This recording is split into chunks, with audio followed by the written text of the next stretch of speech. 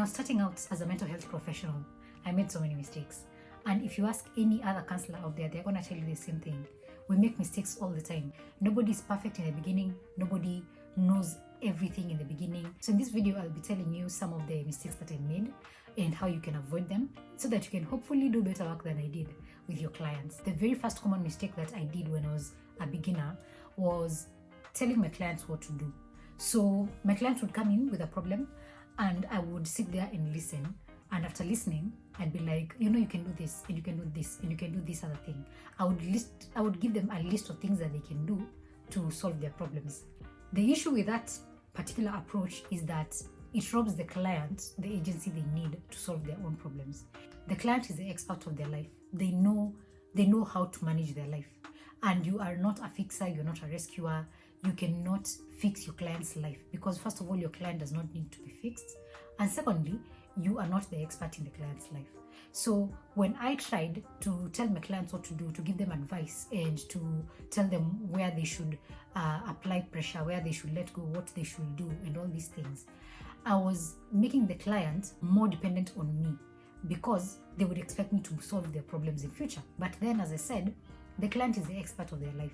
They know the things they need to do to make their life better, and you're only a facilitator. So take it from me, avoid giving your clients advice, avoid telling your clients what to do, listen to your clients and help guide them to the place they want to go. Don't walk the journey for them. Give them the freedom to do the work they need to do. Give them the freedom to make the changes they need to make. The second mistake that I kept making was trying to be too friendly with my clients. The problem with this friendliness is that it can erode the boundaries that you have with your client.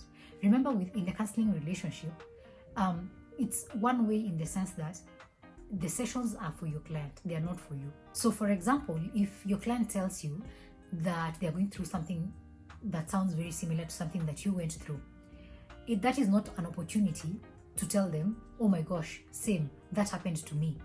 If you are talking to a friend, you're likely going to say something of that sort. You can go like, oh yeah, for real, hiya, me too, that happened to me, if you're telling a friend. But when it comes to a client, this is not the opportunity for you guys to share stories and exchange stories about your suffering. And so if you become too friendly with your clients, it's very easy to forget that the sessions are meant to be serving the client and they're not supposed to be serving you. And so that mistake of trying to be too friendly with the client, not building and enforcing boundaries, allowing for too much unnecessary communication between sessions, all that was making it harder for me to become an effective counselor to my clients. And so learn from me. If you have a client, make sure that you have very clear boundaries about what your engagements will look like, about what your relationship will look like, and about what your interactions will look like. Boundaries save relationships, and the therapeutic relationship is not an exception. So do not become your client's DFF. That is going to just ruin everything. The third mistake that was very common to me when I was starting out was I did not have actual hobbies. Psychology, therapy, working with clients was my job, my hobby, and everything in between. I would wake up and think psychology. I would be reading psychology books. I would be talking psychology. I would have so many friends who are psychologists. I would attend psychology events. I never gave myself the opportunity to have a life outside of my work. And at some point that became very exhausting because I kept feeling like I am constantly working. Even when I am not working with a client, I felt like I am constantly in the psychology space, And the reason that was problematic and I consider it a mistake was because first of all, it limited my network.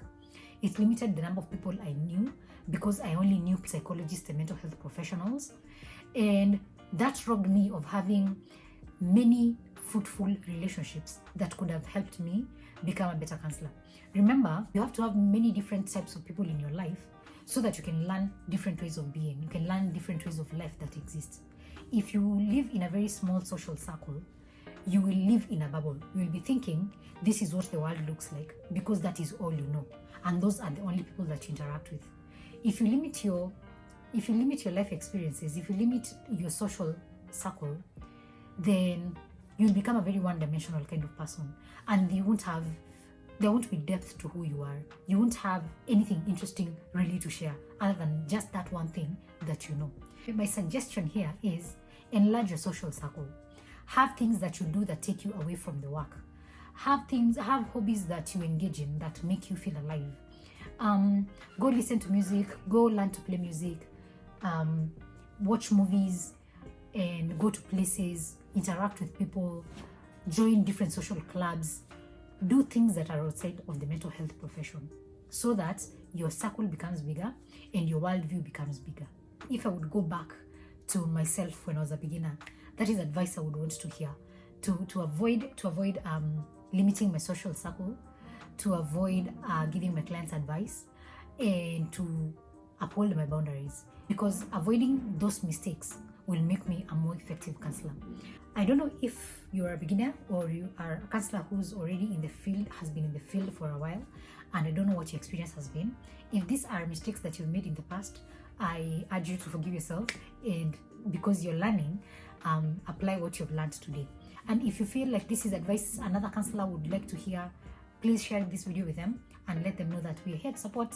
And if you have any questions about mental health, if you have any questions about being a beginner therapist, if you have any questions about the mental health profession as a client or as a therapist, please send them to me. My email address is always safespacesarena@gmail.com, and you can find me on Twitter, Facebook, and Instagram on the same handles, and I will answer all your questions if you have any.